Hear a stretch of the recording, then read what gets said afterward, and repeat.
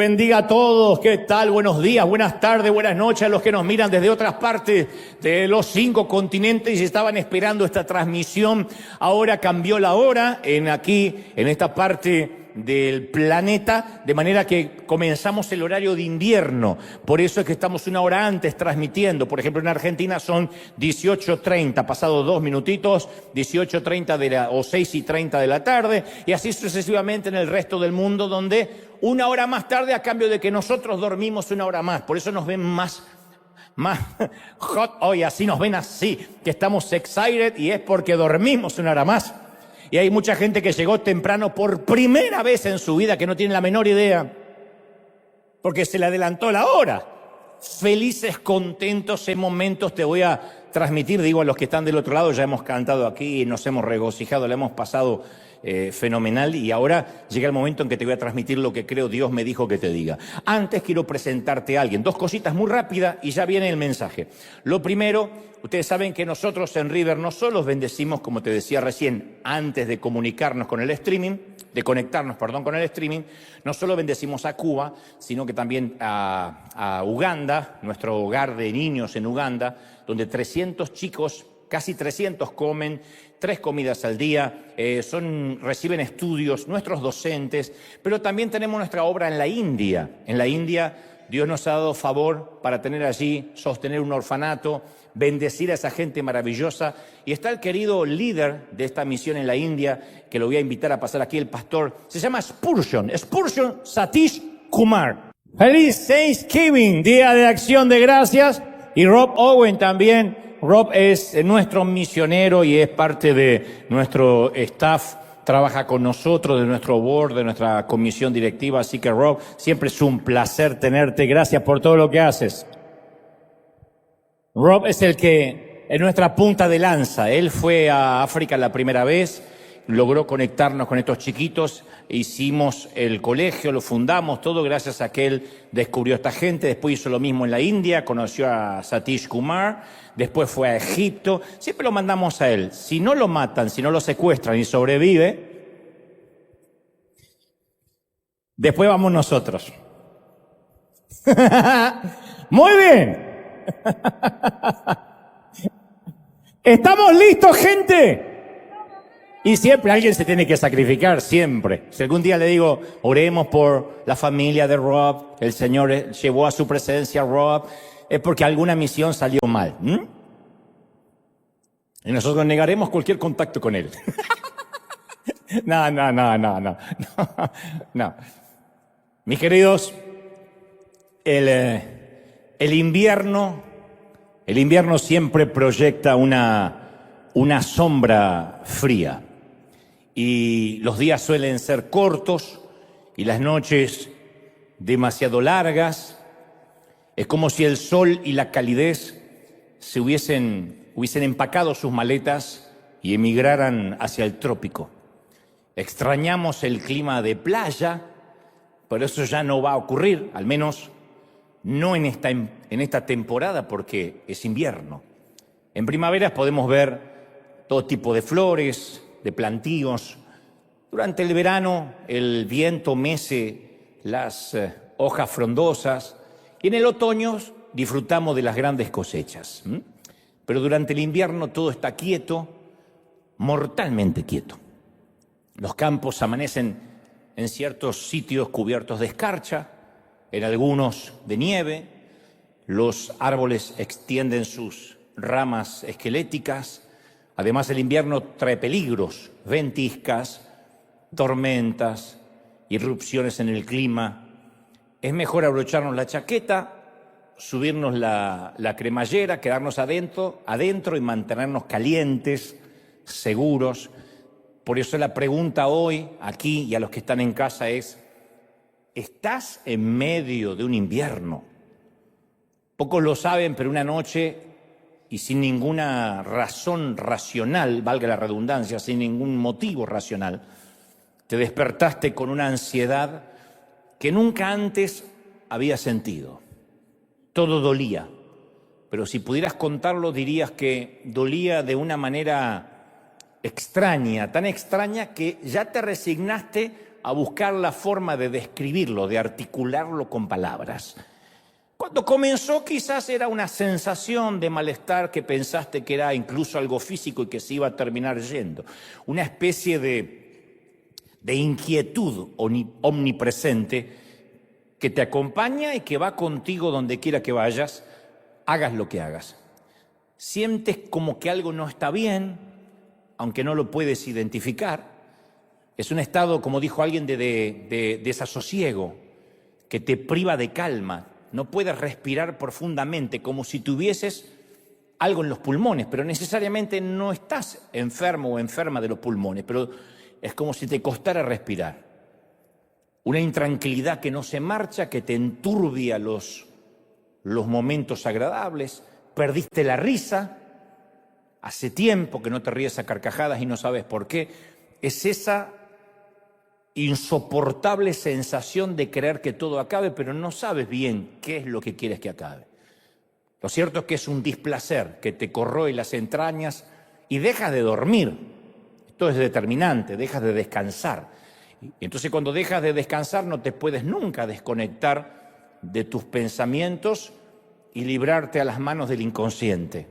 Estar en un estado onírico donde dice duermo, descanso y por lo menos me olvido durante 6, 7 horas de lo que estoy viviendo. No puedes descansar. Entonces continúas la vida sin descanso y en modo de piloto automático. O sea, haces las tareas de la casa, vas a trabajar, pero no estás ahí. Es como que alguien te robara el presente. La depresión duele así. Y no es una metáfora, duele. Porque hace mal, lo sientes en el pecho, en la cabeza, en las entrañas. Cuando llega el invierno te puedes mudar, puedes cambiar de trabajo, puedes cambiar de cónyuge, pero la nube, puedes cambiar de suegra, puedes cambiar de hijos, de iglesia, pero la nube oscura nunca cambia. Con el tiempo simplemente la nube te acompaña y define tu propio cielo. Y tal vez hasta incluso enfrentes una crisis de fe, que dices, yo ya no sé si creo en Dios, yo ya no sé si creo en algo. Aunque llevas años de cristiano, dudas de tus convicciones. Ni siquiera es necesario que para que te ocurra esto atravieses algo de una magnitud innegable como un divorcio o una muerte. A veces es simplemente el impacto acumulativo de toda una vida, lo que llaman el famoso efecto residual, que uno va aguantando, va soportando, va resistiendo y un día colapsamos. Un día decimos, no puedo más. Es como que la mente no logra entender lo que le está pasando al cuerpo, lo que anímicamente nos está ocurriendo y en términos espirituales nos está ocurriendo, pero en el momento que colapsamos decimos, hasta aquí, me agoté, llegué a mi situación más límite. Y la gente de la iglesia encima nunca ayuda, especialmente porque no lo entiende y ni nos enseñaron a entenderlo. Te dicen generalmente que te pongas a orar, si dices estoy triste, te dicen ponte a cantar, que reprendas la depresión, que te bañes. Bueno, eso siempre es un buen consejo, pero que leas la Biblia. Pero nadie puede convencerte que van a dejar de dolerte los golpes, especialmente cuando estás en medio de una paliza.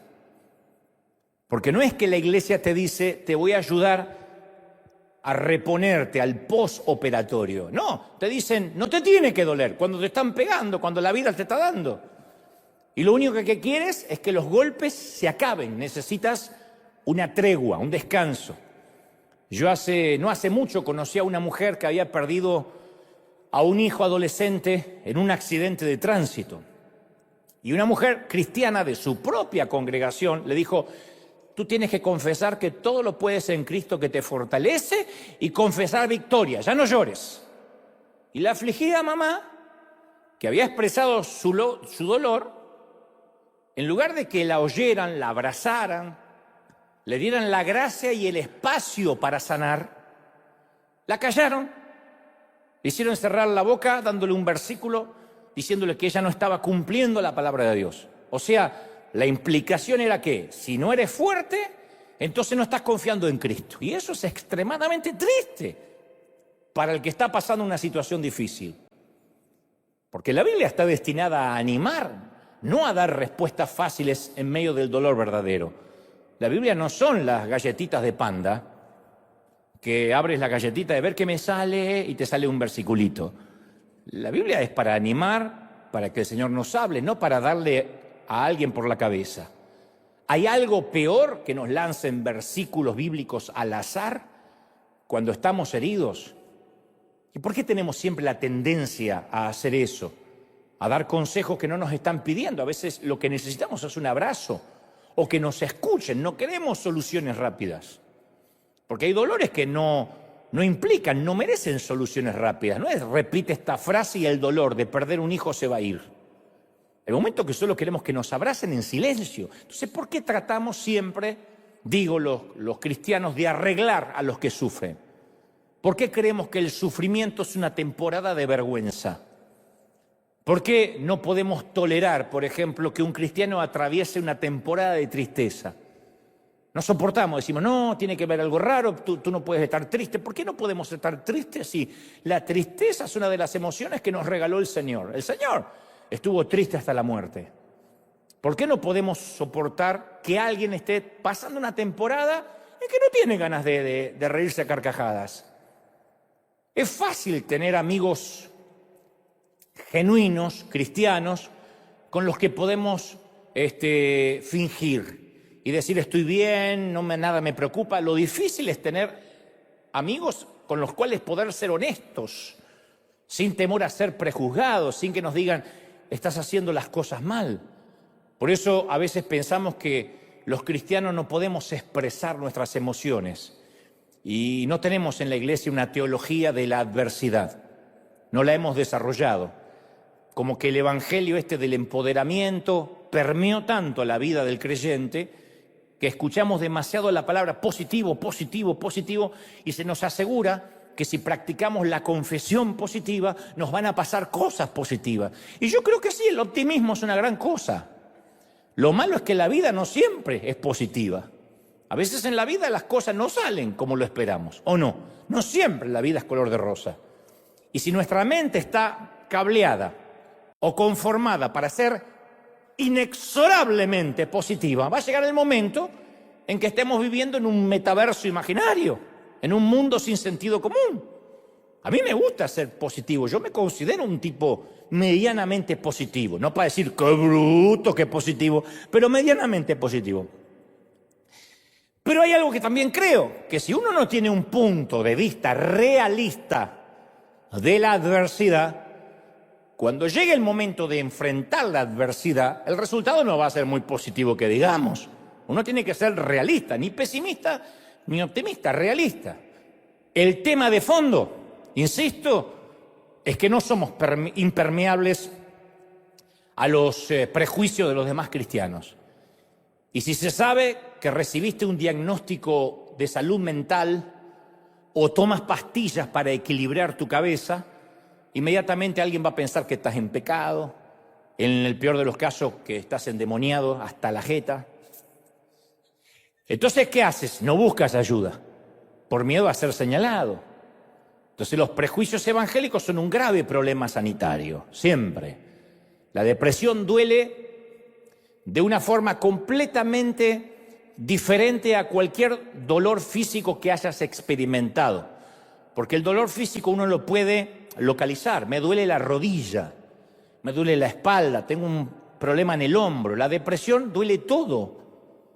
Y la gente te dice, ¿y por qué estás mal? No entiendo, si tienes hijos. Por eso estoy mal. No,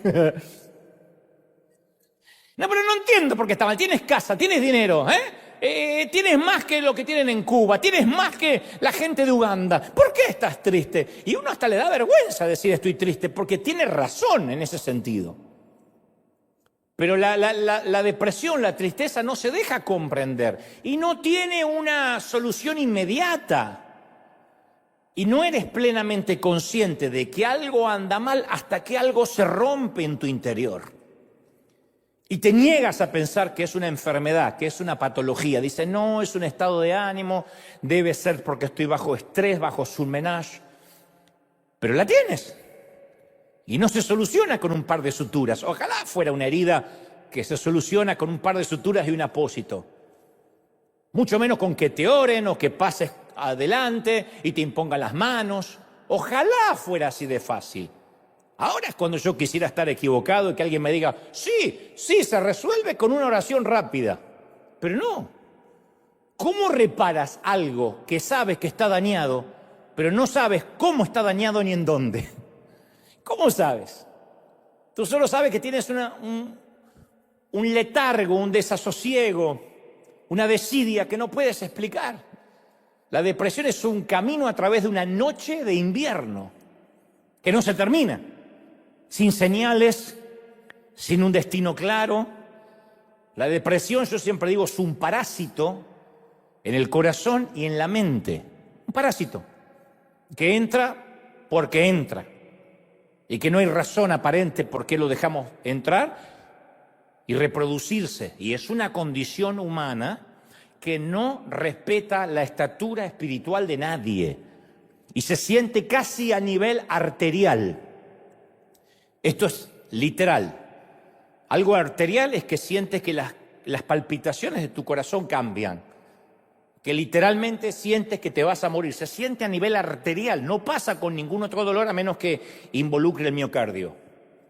Y grandes héroes cristianos han sufrido de depresión. Yo conozco a un querido pastor que sufre una depresión neurótica. Y en su momento dejó de estar al frente de la iglesia porque no se sentía calificado. Decía, ¿cómo yo voy a orar por la gente? Mira con lo que estoy luchando. Y gracias a la ayuda de psiquiatras, de profesionales, logró salir adelante. Porque no es que está loco, pero no puede bajar la guardia. Él suele decir, tomo un medicamento que me limpia la basura que se me acumula en los canales de mi cerebro y me da la posibilidad de un nuevo comienzo cada mañana.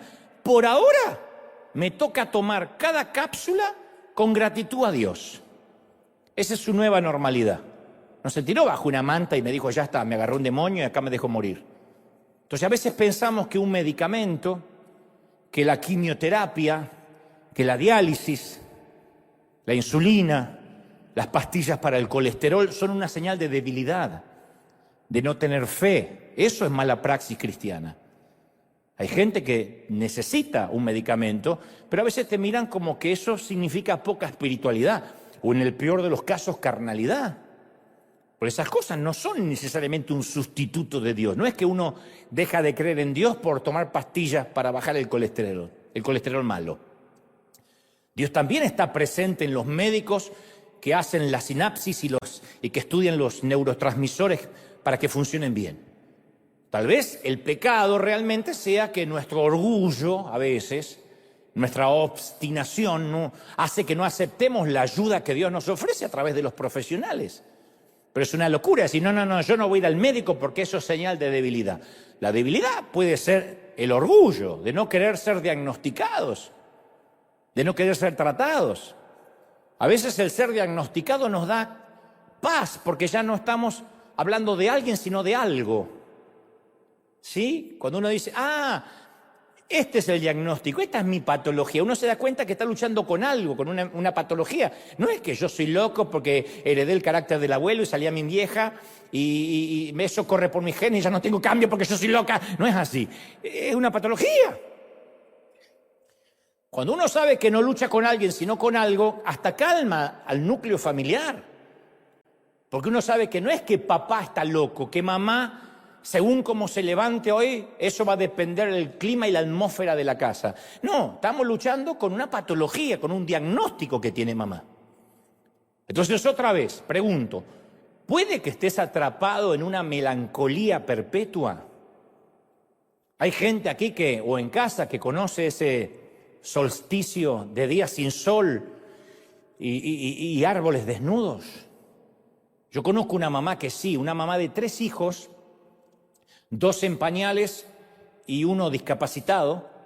Su esposo desertó, se mandó a mudar como hacen algunos tipos que hacen de cuenta que acá no pasó nada, esta vida no me gusta, así que empiezo otra vida en otro sitio con una nueva mujer. Y esta mujer quedó con los 3 chiquitos. Uno de sus chiquitos necesita que lo alimenten, lo cambien y lo bañen de por vida, por el resto de su vida. La vida del niño y la vida de la mamá. Así que ella tiene razón en preguntarse si ese invierno a ella se le va a terminar algún día.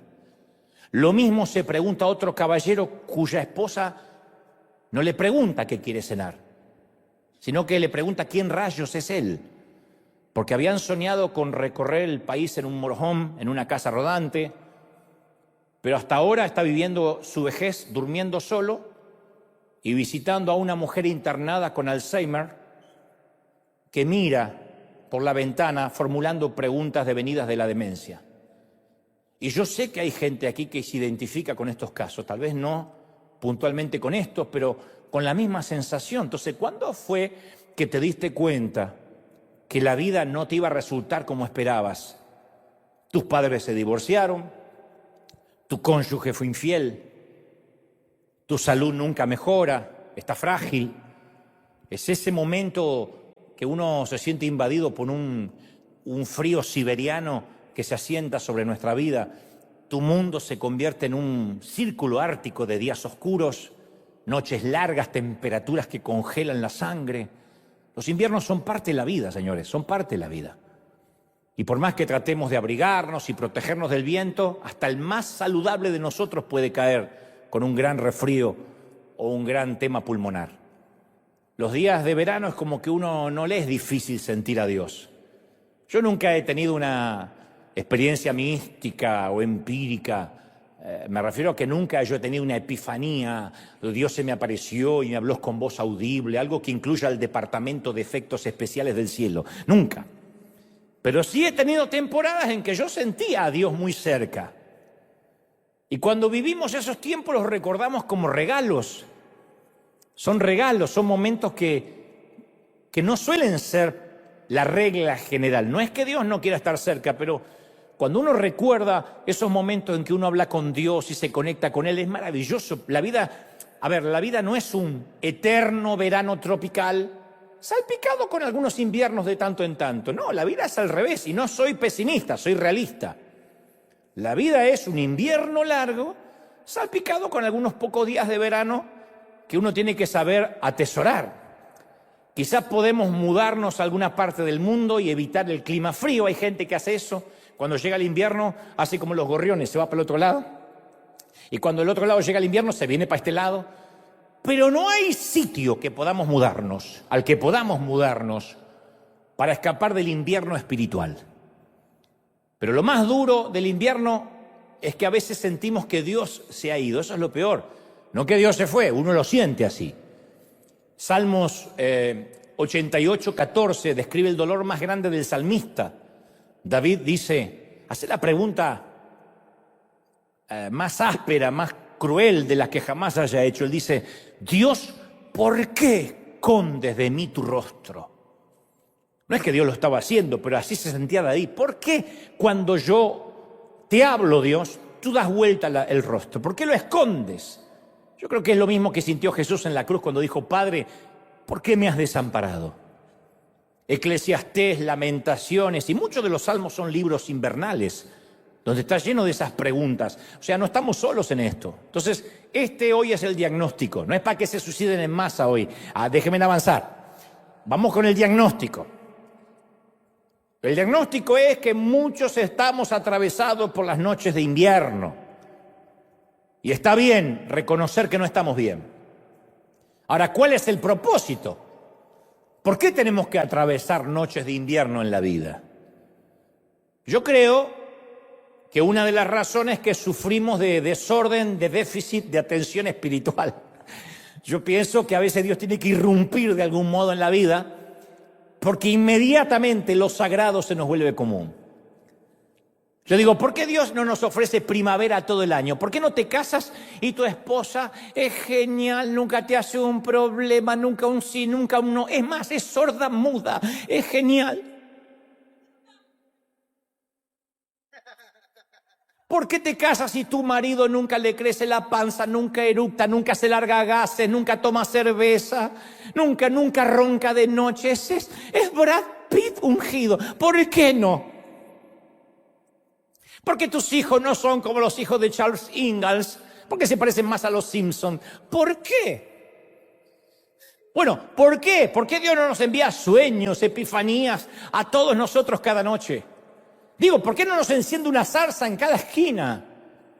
Tal vez se deba a que Dios quiere que aprendamos a verlo en lo ordinario, en lo común, antes que dependamos de lo extraordinario. A lo mejor se debe a que si Dios tuviera que usar efectos especiales cada vez que quiere hablarnos, sería como una mamá que entrena al hijo a prestarle atención solo cuando ella grita. Que alguna tiene ganas de decir amén porque así entrena al hijo. ¡Mata!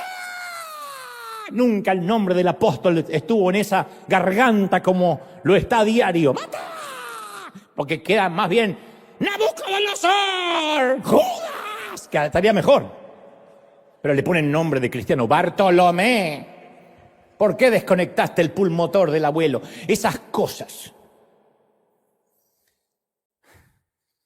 Si entrenas a tu hijo para que preste atención solo cuando levantas la voz, vas a necesitar efectos especiales más fuertes cada vez para que te escuche, porque después se acostumbra a los gritos. Y una mamá lo que quiere es que el hijo, un papá también, el hijo escuche los susurros, los suspiros del papá.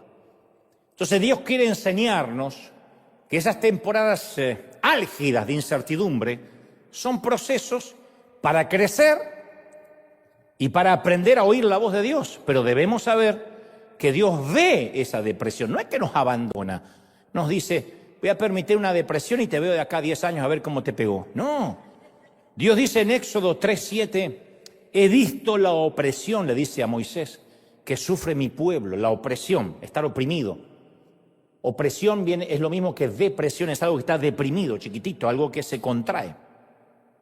Los he escuchado y conozco bien sus penurias. Yo me pregunto si Moisés lloró al oír estas palabras de parte de Dios. El Creador estaba conmovido. Los he visto llorar. No hay nada que conmueva más que Dios nos diga, te he visto llorar.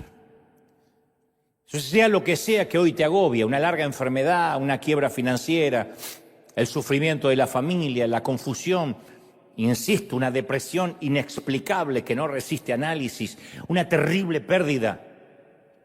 Quiero que hagas una pausa y escuches al Creador que te susurra, no te angusties, yo te he visto, te estoy viendo, sé lo que pasaste, lo que estás pasando, me importas, tu invierno tiene propósito, tu invierno tiene propósito. Tu invierno tiene un propósito. Por eso vuelvo a insistir con la pregunta. ¿Estás tan triste que sientes y crees a veces que incluso Dios se hartó de ti? ¿Que incluso sobregiraste la línea de crédito de la gracia y dices, ya está, ya Dios ni me perdona más a mí? Dicen que si la tristeza que tenemos es menor a 4 días, se lo considera una simple alteración del estado de ánimo que todos los seres humanos podemos y hasta nos merecemos tener. Pero si dura más de 4 días ya es un invierno del alma. Y a todos nos afecta en algún momento de la vida. Afecta la forma en cómo nos alimentamos, hasta cómo dormimos. Hay quienes se atraviesan un invierno del alma y comen como si cada comida fuera la última cena. Y se sientan frente a la televisión, hacen una maratón de Netflix con un bote de helado, de ice cream. Y otro les afecta al revés, se les cierra el estómago y empiezan a enfermarse, a enflaquecer, les bajan las defensas. Afecta la manera en que nos alimentamos, afecta la manera en que nos relacionamos con los demás.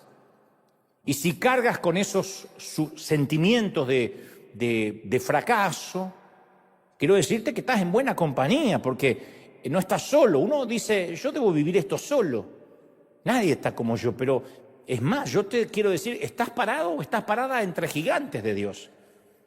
Te haría muy bien leer la biografía del gran predicador Charles Spurgeon. Spurgeon fue un gran hombre que, a pesar de que murió a la edad de 57 años, jovencito, digo jovencito porque es un año más que yo, así que jovencísimo. Y Spurgeon sufría de prolongadas temporadas de depresión. Y sus dolencias psicológicas eran tan paralizantes que muchas veces estaba confinado en una cama durante semanas enteras. Y Spurgeon no veía esto como un demonio, lo llegó a ver como que estos problemas eran parte del proceso de Dios para con su vida. Y él decía siempre, estos sufrimientos me capacitaron para consolar, para entender, para no juzgar a las personas que viven lo mismo. Él sabía que no sufría sin un motivo. Charles Spurgeon fue un hombre psicológicamente frágil, pero publicó 3.500 sermones, escribió 135 libros, todavía se lo considera sin parangón, el príncipe de los predicadores.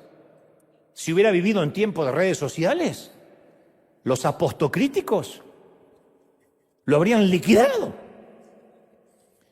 Yo he escuchado a ciertos predicadores proclamar que si uno está en depresión es que nunca realmente conoció a Cristo. Yo me pregunto si esos predicadores han leído la Biblia alguna vez. Porque Elías, el profeta Elías, miró su propia vida y le pidió, fue el único que le pidió a Dios la eutanasia. En Primera de Reyes 19:4 le dijo, Señor, llévame a casa. Uno dice, ay, qué lindo, llévame a casa. Está pidiendo morirse. El día que tu esposa dice, llévame a casa, Dios está queriendo morir. No es que sea, ay, qué espiritual, la mujer que me tocó se quiere morir. Dice Elías, no soy mejor que mis padres. Por favor, toma mi vida, porque todo ha sido en vano. David estaba tan desalentado que creía que había perdido la unción en su vida y quería volar como un pájaro. Con este siempre me identifico porque ¿quién no ha dicho eso? En el Salmo 55:6 dijo David, ¿quién me diera alas como paloma? Me iría lejos, viviría en el desierto lejos de todo. En estas Navidades, cuando vea a tus parientes llegar en Nochebuena, ¿quién no va a decir, cómo quisiera ser paloma, me voy y no me encuentran más? Y el mismo David en el Salmo 38:6 suspira y añade, estoy encorvado. Encorvado, literalmente. No era una metáfora, una licencia poética, se sentía encorvado. El monarca, el rey. Estoy abatido en gran manera. Me siento débil, deshecho. Mi corazón está angustiado, Señor. Yo sé que mi suspiro no te es oculto. Tú escuchas mi suspiro. Pero en este momento culmina David diciendo, yo soy un hombre que no tiene respuestas. Yo sé que hay gente acá que no tiene respuesta para muchas cosas. No sabes qué va a pasar. No sabes qué te va a deparar enero. No sabes qué te va a deparar el lunes, que enero. No sabes qué va a pasar con tus hijos, ni con tus papeles, ni con tu negocio. De hecho, el propio Pablo, San Pablo, tuvo su larga noche de invierno. Fue exactamente cuando les escribió las cartas a Timoteo. De hecho, la correspondencia final de Pablo a su hijo espiritual Timoteo fue escrito desde la celda de una cárcel romana, ¿no? Timoteo leyó la carta. Y allí, escrito en grandes letras, estaban las apremiantes palabras de Pablo en 2 de Timoteo 4:21, que decía, ven antes del invierno.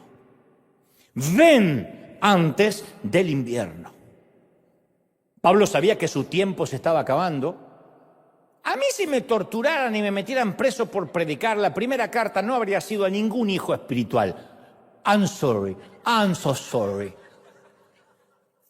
Yo no le hubiese escrito una carta a ninguno. Mi primera carta habría sido para mi abogado. Tiene derecho a una llamada. Déjeme hacer una llamada a mi hijo espiritual.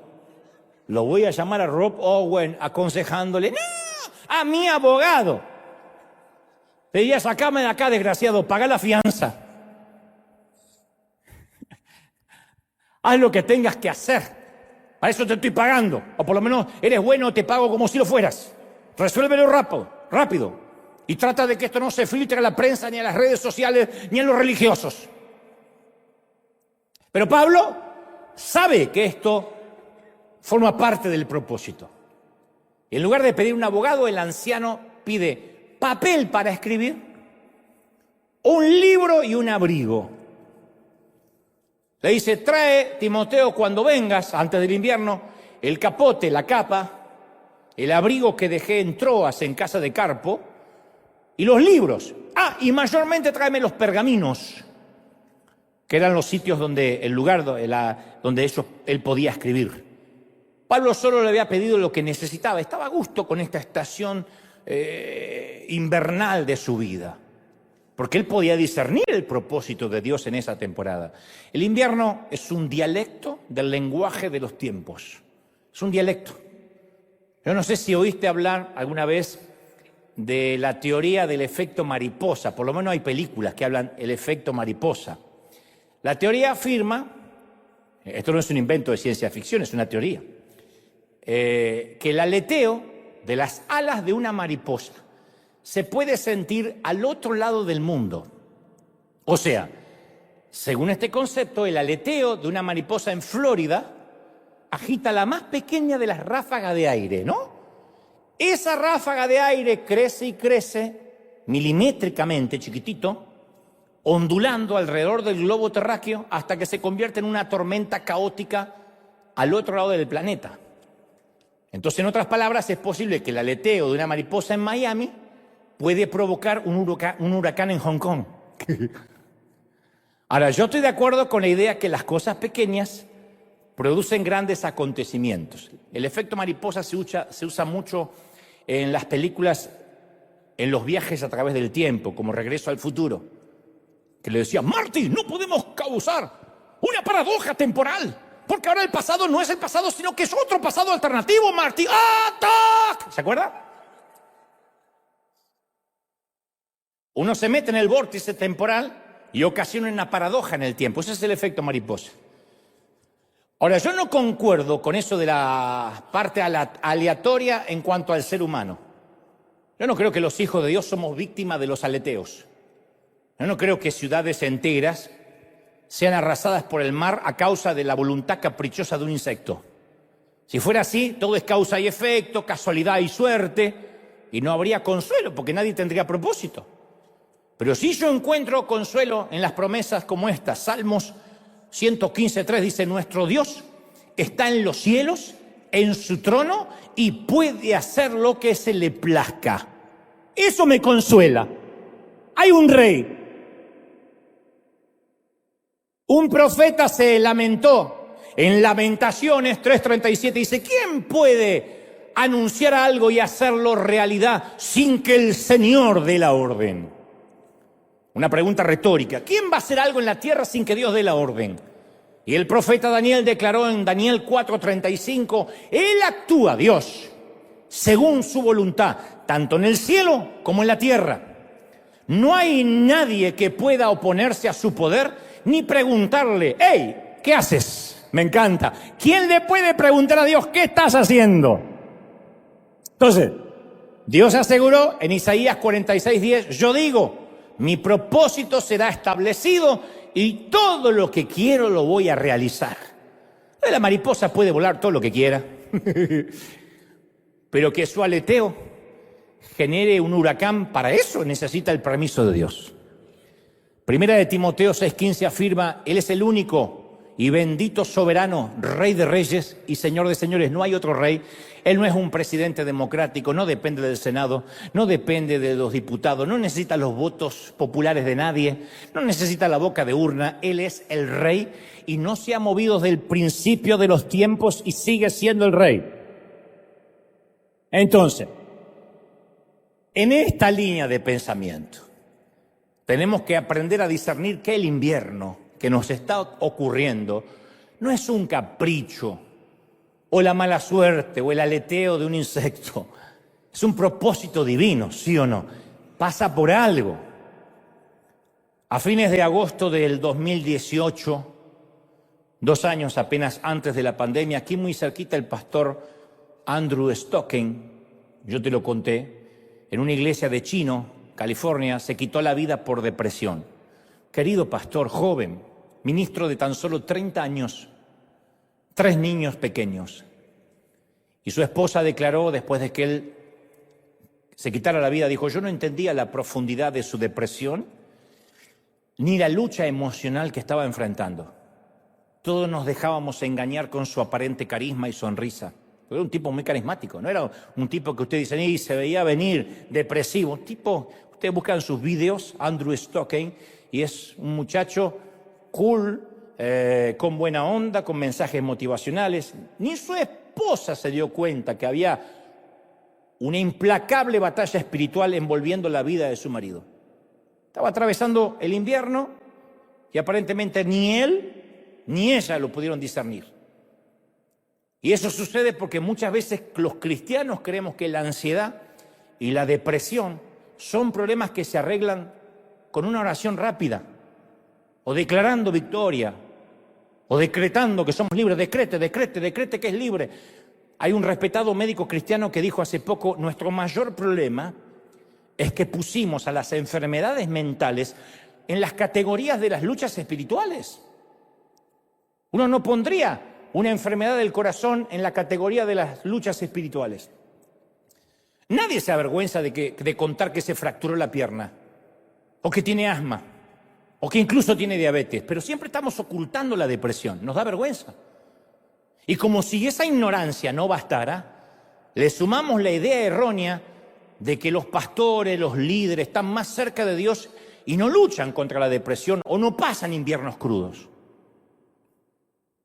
Dicho sea de paso, si hay alguien aquí que tiene un ser querido que se ha quitado la vida por depresión y se pregunta, que es la pregunta siempre recurrente, si algún día lo va a volver a ver, yo tengo algo que decirte. Hace poco leía un libro cristiano acerca de los mitos del suicidio y un reconocido teólogo afirmaba: si eres aceptado en el cielo o no, no tiene que ver por cómo mueres, sino a través de la relación personal que tenías con Jesús. Convengamos que el suicidio es pecado porque es un acto injustificado de quitarse la vida. La vida es preciosa y Dios es el dador de la vida. Sin embargo, el suicidio no determina el destino eterno de una persona, porque nuestro destino eterno descansa únicamente en la gracia de Dios.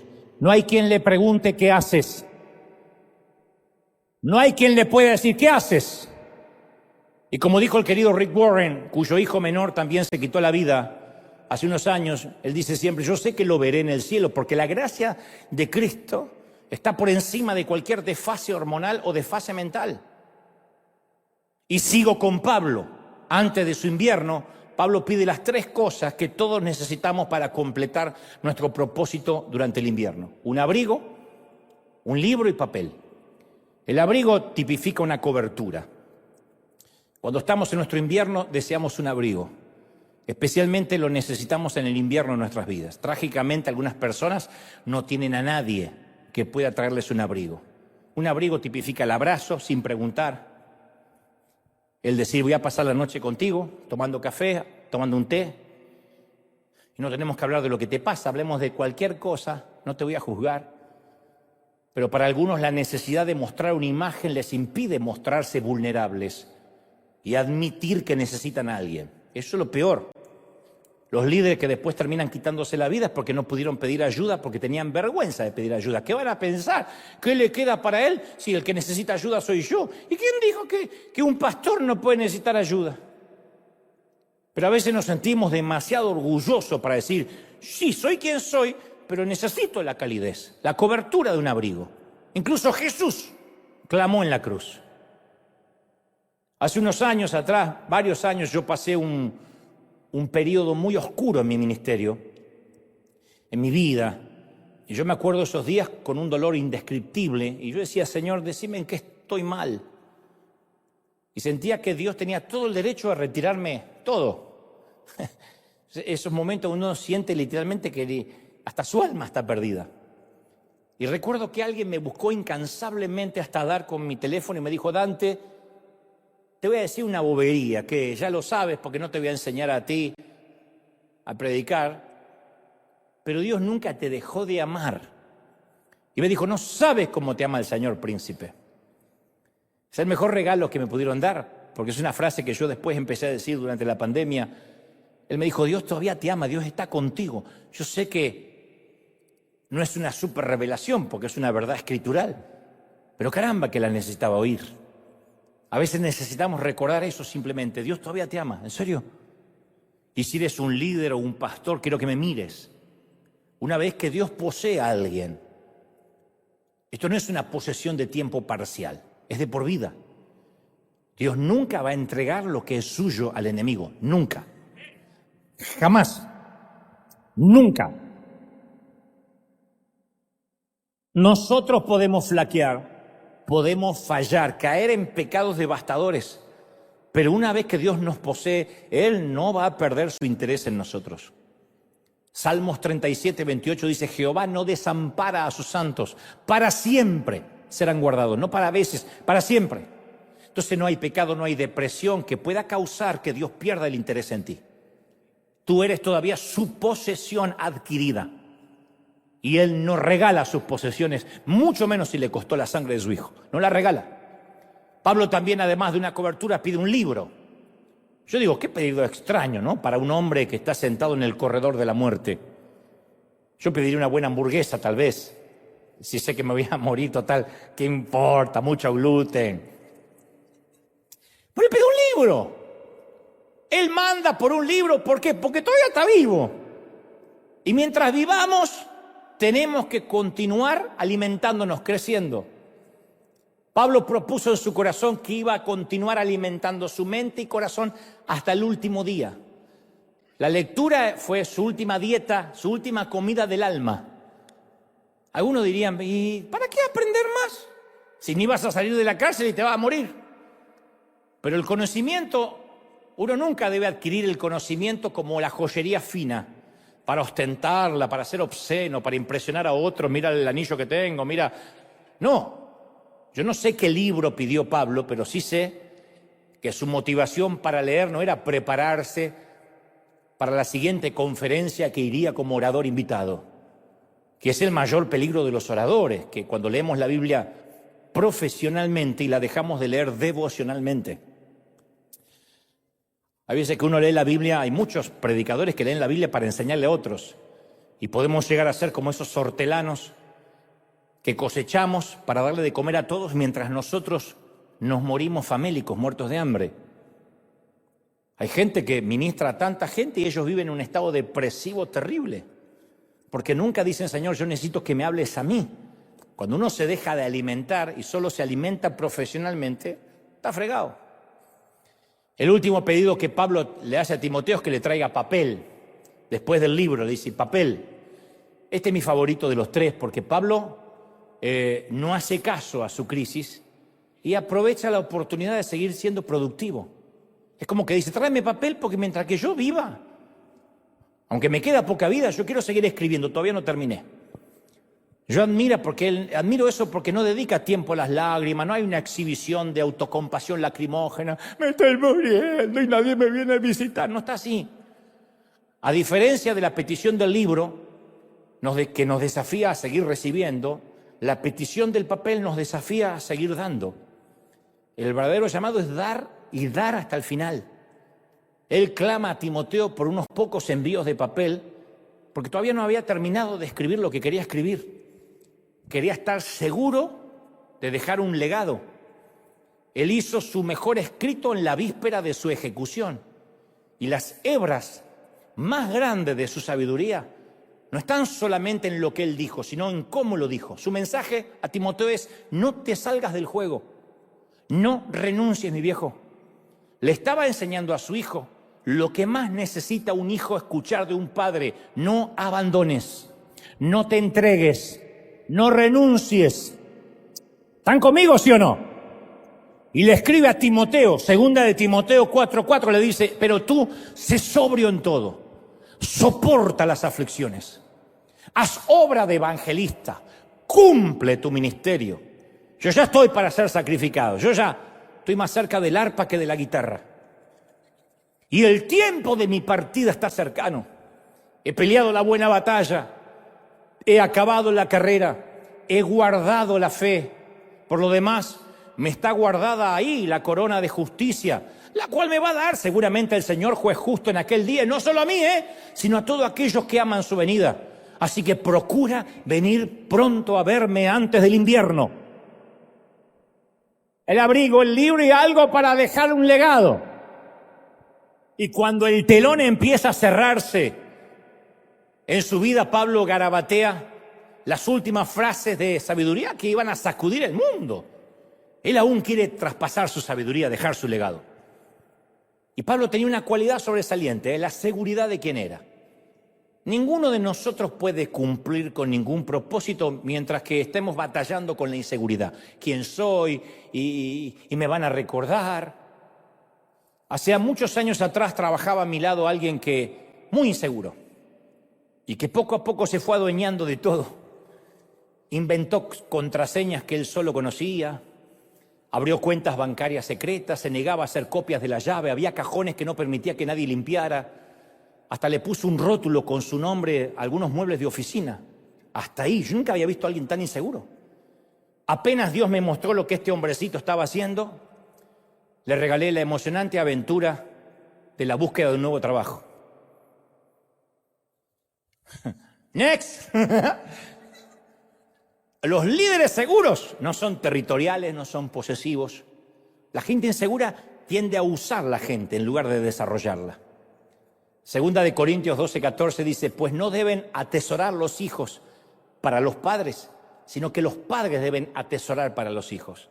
La gente segura, la gente bendecida siempre deja una bendición. El techo de una generación siempre es el piso de la próxima. El Salmo 1:3 afirma, será como árbol plantado junto a corrientes de agua. ¿Se acuerdan? Que da fruto en su tiempo, su hoja no cae, su hoja no cae. Fruto en su tiempo, a veces no va a haber fruto, pero la hoja nunca va a caer. Entonces no permitamos que nuestra hoja se marchite solo porque nuestra temporada de frutos se está terminando, solo porque es invierno. La hoja tiene que estar ahí, porque que no demos frutos o que se marchiten las hojas son dos cosas diferentes. Cuando nuestra estación fructífera finalice, tenemos que mantener las hojas. El que tiene oído que oiga y el que no pregunte en casa de qué cuerno estoy hablando. Cuando dejemos de fructificar, mantengamos las hojas. ¿Qué son las hojas marchitas? La muerte inminente del árbol. Pero debajo de nuestras ramas, aunque no haya fruto, tendríamos que ver brotes que comienzan a emerger.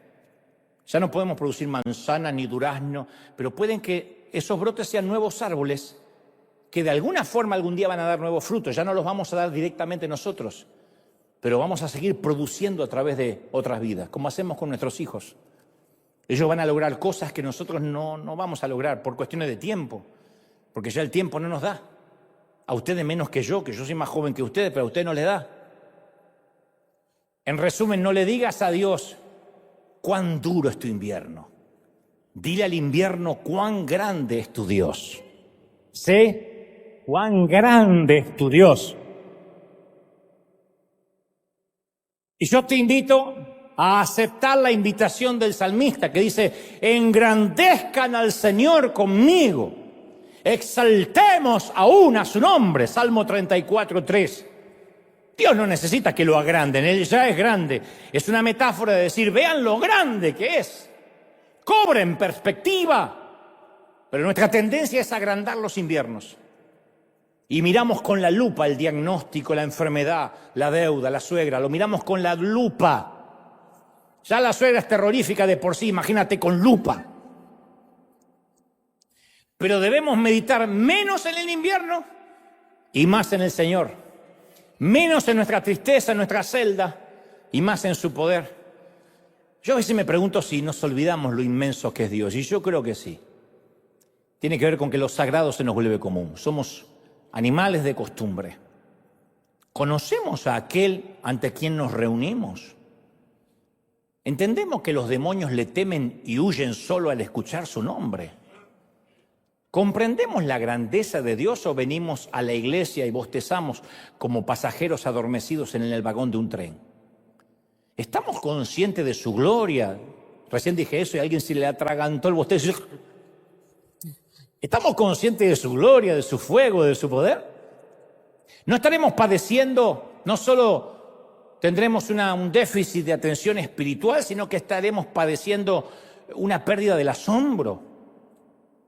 Isaías 40:25 afirma, ¿con quién ustedes me compararán a mí? Hablando Dios. ¿Quién es igual a mí? Dice el santo. ¿Quién? Moisés declaró en Éxodo 15:11, ¿quién, Señor, se te compara entre los dioses? ¿Quién se te compara en grandeza, en santidad? Y el salmista pregunta en el Salmo 89:6, ¿quién de los cielos es comparable al Señor? ¿Quién como Él entre los seres celestiales? Dios le dijo a Job, a su profeta, que cuando dudara de su poder, no le preguntara a los teólogos, no le preguntara a otros profetas, que le pregunte a los animales. Habla con el burro, habla con la jirafa. Job 12:7 dice que Dios le dice, interroga a los animales y ellos te darán una lección. Pregúntale a las aves del cielo y ellas te lo contarán. Habla con la tierra y ellas te enseñarán, cabezón. Pregúntale a los peces del mar antes de comértelos y te lo harán saber. ¿Quién de todos ellos ignora que la mano del Señor los ha hecho? En mis manos está el alma de todo viviente y sostiene a toda la creación. Yo recuerdo que cantaba esa canción hace muchos años. Yo no soy cantante ni mucho menos, pero estoy acá, tengo micrófono, puedo cantar y nadie me dice nada.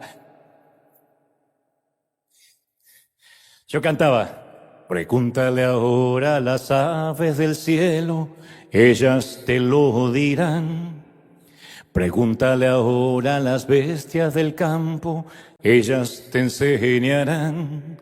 Suyo es el consejo y la inteligencia, la sabiduría y el poder.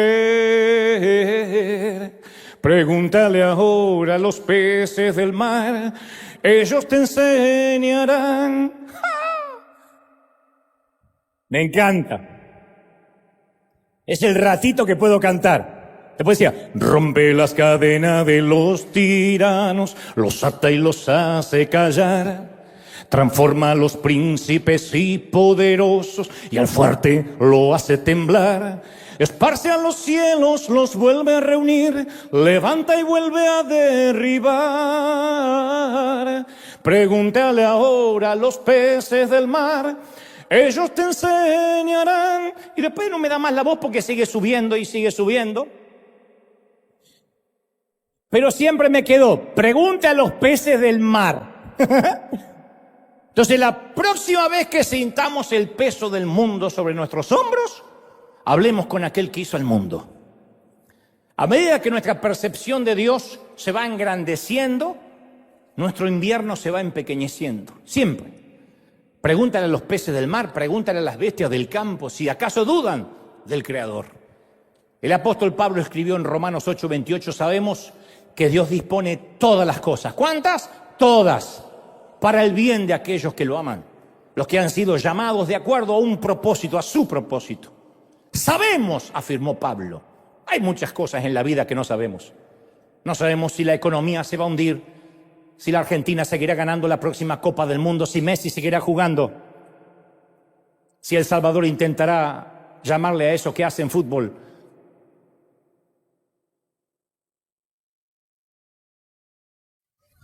Tendrán un gran presidente, pero fútbol. No sabemos si ganará Trump o Kamala. No siempre sabemos qué piensan nuestros hijos. No obstante, según Pablo, podemos estar seguros de al menos 4 cosas. Número 1, sabemos que Dios obra. Él está ocupado tras bastidores, detrás del telón, en el making of. En las luchas, en medio del invierno, Él está ahí. Él no se ha ido. Aunque no lo sintamos, Él no se ha movido. Es incesante, incansable, no se cansa, no cesa. Número 2, Él nunca deja de obrar para nuestro bien. No para nuestra comodidad, no para nuestro entretenimiento, sino para nuestro bien. Número 3, para hacer esto Él usa todas las cosas. Todo está incluido. Dios no obra a través de algunas cosas o solo con las cosas buenas o con las cosas mejores. Él usa todas las cosas, las malas, las buenas, las primaveras, los veranos y los inviernos. El número 4, Él obra para el bien de quienes lo aman. A los que confían en Dios le ocurre siempre un buen final. No somos marionetas a merced del aleteo de un insecto, no. Estamos seguros en las manos de Dios. Si los peces están seguros, si los pájaros están seguros, ¿cuánto más nosotros no vamos a estar seguros en las manos de Dios? ¿Sí o no? Mira, te voy a decir una verdad muy cruda. La gente va a olvidar todo lo bueno que hiciste por una sola cosa hecha mal al final. Es así. Pasa con deportistas, no va a pasar con nosotros. Un boxeador que pierde una última pelea, la gente lo denigra, lo critica, no importa que se haya ganado varios campeonatos antes. Sé que no está bien, parece injusto, pero es la cruda verdad. Entonces el apóstol Pablo no solo le enseña a Timoteo cómo empezar, le dice cómo terminar. No te entregues, no te rindas, no abandones, no tires la toalla, porque la corona que me espera a mí, le espera a todos los que acaben como yo. No importa si acabas en invierno o en verano, en una celda o en una mansión. Eclesiastés 7:8 dice, mejor es el fin del negocio que su principio. ¡Qué final grandioso!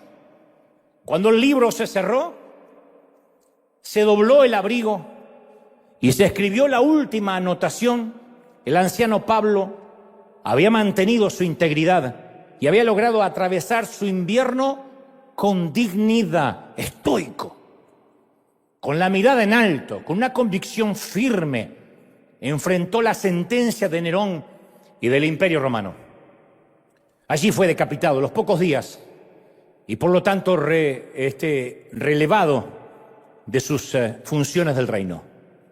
Y hasta tanto nosotros nos toque ser relevados de nuestras funciones del reino y de nuestro llamado, hasta que nos diga el Señor, entrega tu placa y tu pistola, hay que permanecer. Sin lucha no hay fuerza, sin las montañas no hay cima, sin los contratiempos no hay destino, sin climas helados no hay propósito. Entonces hoy, aquí y en casa, hazme un favor, hazle un favor al Señor también de alguna forma. Vamos a bendecir y agradecer por nuestras noches de invierno. Vamos a bendecir. Dale un aplauso al Señor, bendice estas noches de invierno. ¡Aleluya! Dale un aplauso al Señor de señores grande. Dile, Señor, bendigo mi helada noche de invierno. Dale, que ese aplauso se escuche hasta los cielos, que se escuche hasta el Ártico, hasta la Antártida. Que hay gente que resiste, que hay gente que no se entrega. ¿Tú lo crees? No te entregues, no te entregues. No abandones. Resiste. Esa es la palabra, resiste.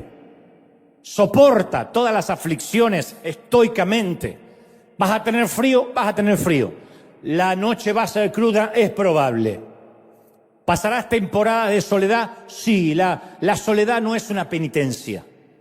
La soledad son tiempos en que Dios nos separa para que podamos aislarnos de un montón de voces que nos dicen qué hacer para poder escuchar la voz de Dios. Hay un montón de gente que dice, Dios me dijo, pero en realidad Dios no le está diciendo nada. Es un montón de voces que hablan en nombre de Dios. Y escucha al religioso que le dice lo que cree que tiene que hacer. Y escucha al cónyuge que le dice lo que cree que debería hacer. Y escucha al hijo y escucha al padre y escucha al pastor. Y hay un montón de gente hablando. Y yo he aprendido que cuando estás en una cabina de comando, en un helicóptero o en un avión, tienes que tener los auriculares y solamente escuchar la torre de control. Nunca vas a ver un piloto que le sale a la cabina y le pregunta a los 300 pasajeros, ¿para dónde vamos? Hay turbulencia, ¿qué me aconsejan hacer? ¿Nos ponemos a orar? Escuchen lo que le dicen en la torre de control. Gire el avión hacia la derecha, vamos a evitar esta tormenta, vamos a evitar la turbulencia, etcétera. O la vas a atravesar en su defecto porque no hay gasolina para dar vuelta. Lo que sea son las instrucciones de la torre de control. Y para eso necesitas aislarte. Entonces hay gente que el invierno lo sienten como aislamiento. Como que se acabaron las voces, como que hay amistades que Dios te sacó. Como hay relaciones que Dios cortó por un tiempo, algunos para siempre, otros por un tiempo. Y no tomes como eso, como una penitencia, un castigo, la vida te está pasando factura. Es Dios que dice, yo necesito hablarte, necesito llamar tu atención.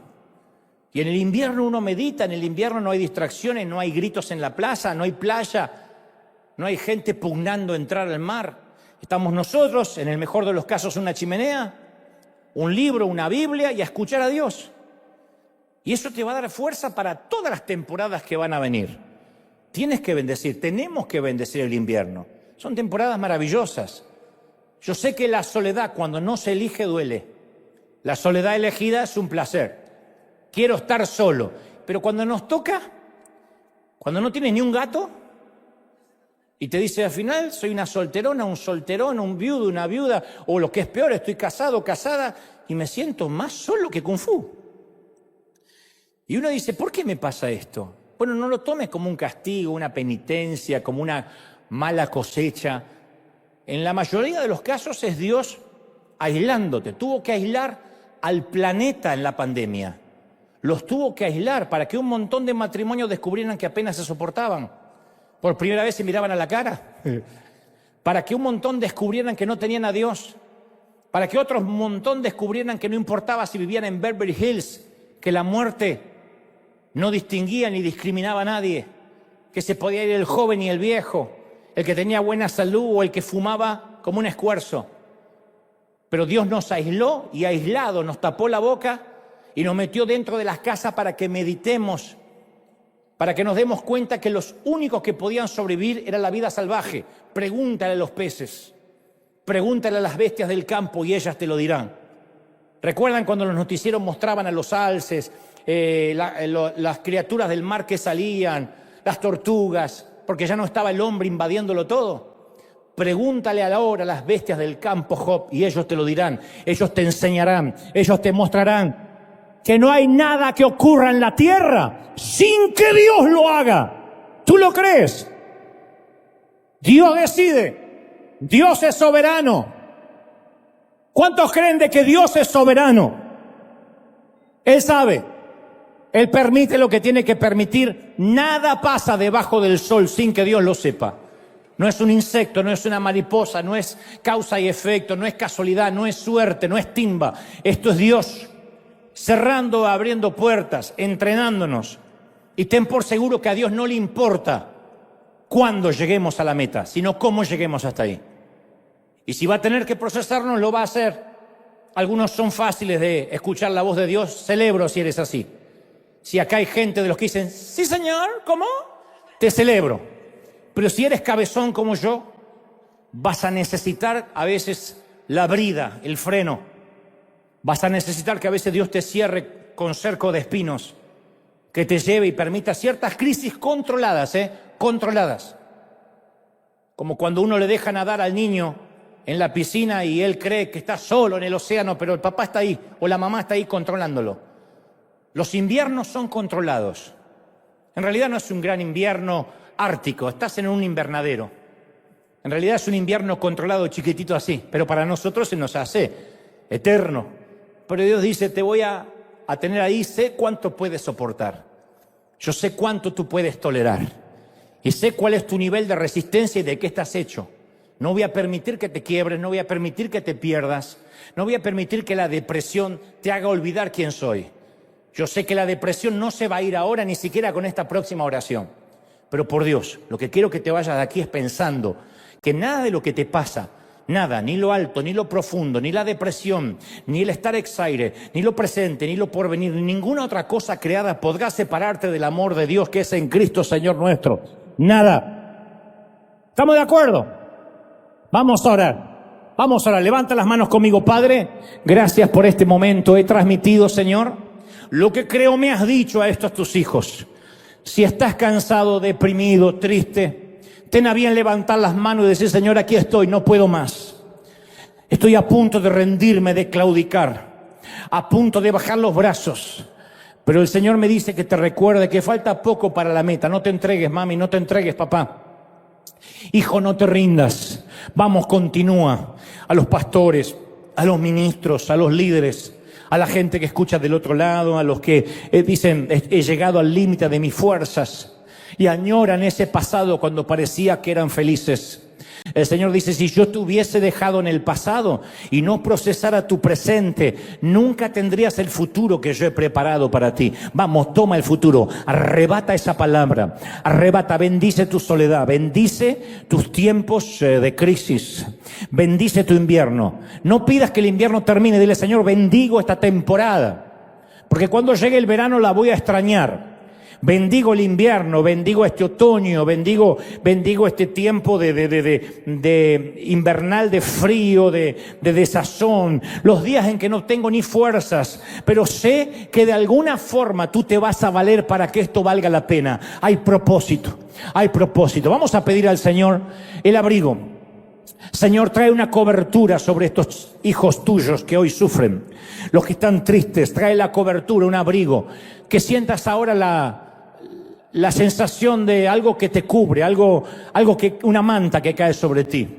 Esa sensación que te envuelve. Imagina que estás en plena ventisca, en plena tormenta de la nieve, y de pronto te envuelve en un gran tapado, en una gran piel el Señor, y te dice: no tengas miedo, no tengas frío. He aquí, yo te voy a arropar, yo voy a calmarte, yo traeré una protección. Los que confían en mí no se moverán, no claudicarán. Los que confían en mí están plantados y fundamentados sobre la roca. Son como el monte de Sión, que no se mueve, sino que permanece para siempre. Recibe la cobertura, vamos, recibe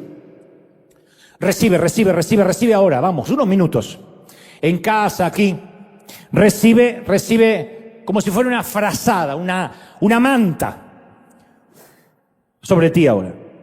Nota que yo no estoy orando por ti, ni te impongo las manos, ni estoy reprendiendo un demonio. Yo estoy diciendo que el Señor te cubra ahora del frío. O sea, no estoy negando tu frío, no estoy subestimando tu invierno, ¿ves?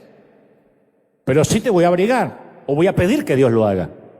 Espíritu Santo, abriga a los que están solos, a los que no han parado de temblar en las últimas semanas. Reciban la cobertura, vamos. En segunda instancia vamos a orar por el libro. Que el Señor abra el libro delante tuyo. El libro tipifica la palabra, lo que Dios quiere enseñarte en esta temporada. Vas a aprender.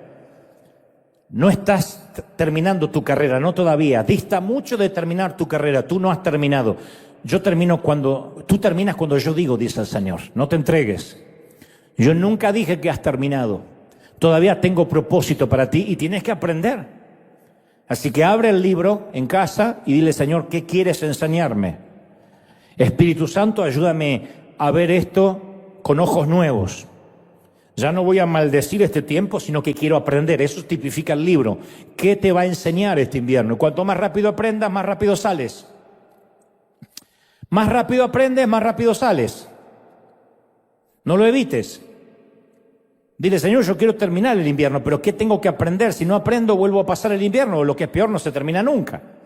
¿Qué tengo que aprender? Lo sabrás ahora, o en casa, o durante la semana. Y tercero, un papel que tipifica a quién tengo que bendecir, qué legado tengo que dar después de esto, o durante mi invierno. ¿A cuánta gente que la está pasando igual que tú y tal vez necesita una palabra de aliento, un abrazo, yo también? En vez de decirle a alguien: alégrate, ¿por qué no le abrazas a alguien en algún momento de esta semana y le dices: yo también? Yo te entiendo porque estoy pasando lo mismo. Y te va a decir: estoy terriblemente triste. Y le vas a decir: yo también, y no sé por qué. Oramos juntas. ¿Qué te parece si oramos juntos? ¿Qué te parece si nos sostenemos? Si no hay ganas de orar, nos abrazamos y tomamos un té. Eso tipifica el papel. ¿Qué legado vas a dejar? ¿A quién vas a bendecir? Porque Dios no te va a usar como canal de bendición en los veranos solamente, sino en los inviernos. Cuanto más yo he sido de bendición a la gente, es cuando he pasado crisis, porque los he entendido, no los juzgué.